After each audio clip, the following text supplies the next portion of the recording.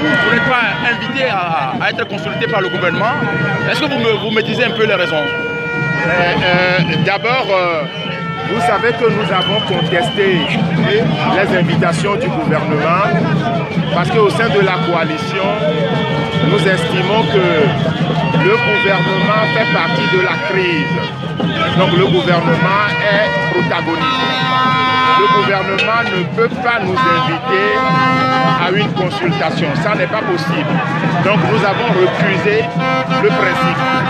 Les invitations, nous ne les avons pas acceptées. Et nous avons écrit au gouvernement pour lui dire que nous ne viendrons pas à ces invitations. La deuxième chose, c'est que nous ne pouvons pas comprendre qu'il n'y a que 5 partis politiques qui ont été invités au sein des 14. Il n'y a que 5 partis. Le PNP, qui n'est pas un parti parlementaire, l'ANC, les FDR, ADI et puis le CAR. Maintenant, dans la classe politique, on a invité d'autres partis politiques comme le NET. Nous ne comprenons pas pourquoi, sur quels critères on a invité ces partis politiques-là. Donc, déjà au sein de la coalition, certains partis, comme les nôtres, le Togo autrement, n'a pas été invité. Et nous ne pouvons pas vous dire quels sont les critères du choix que le gouvernement a fait. Mais ce qui est sûr, c'est que nous avons dit au gouvernement qu'il y a un médiateur qui s'occupe de réaliser les préalables et il y a un autre médiateur qui va s'occuper des débats de fond. Donc par rapport à ça, nous refusons les invitations. Voilà. Est-ce que vous estimez aujourd'hui que le pouvoir joue sur le dilatoire pour aller vers ce dialogue? D'abord, nous savons que le pouvoir a parlé de dialogue bien après parce que la pression populaire a été très forte. Donc le pouvoir lui-même ne voulait pas de ce dialogue-là. Il faut le prendre comme ça. Maintenant, la seconde chose, c'est que en même temps que le pouvoir parle de dialogue, il parle d'organiser un référendum.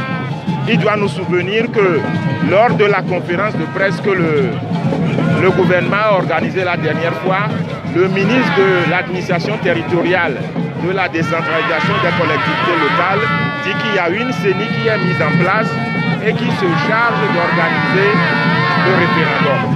Donc en même temps qu'on dit qu'on est dans la logique du dialogue, on dit qu'on prépare le référendum. Donc voilà 2 processus parallèles qui montrent que le gouvernement n'a pas besoin de ce dialogue-là, mais utilise le dialogue pour faire bonne figure au niveau de l'international.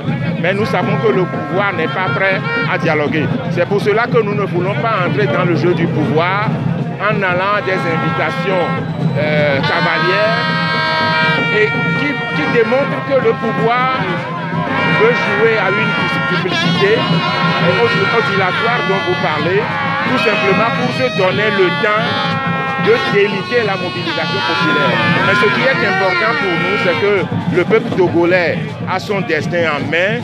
La pression populaire doit continuer avec les manifestations. Eh bien, la suite, nous le verrons dans ce qui va arriver avec les mobilisations populaires. Monsieur Jules, merci beaucoup à vous. C'est moi qui vous remercie.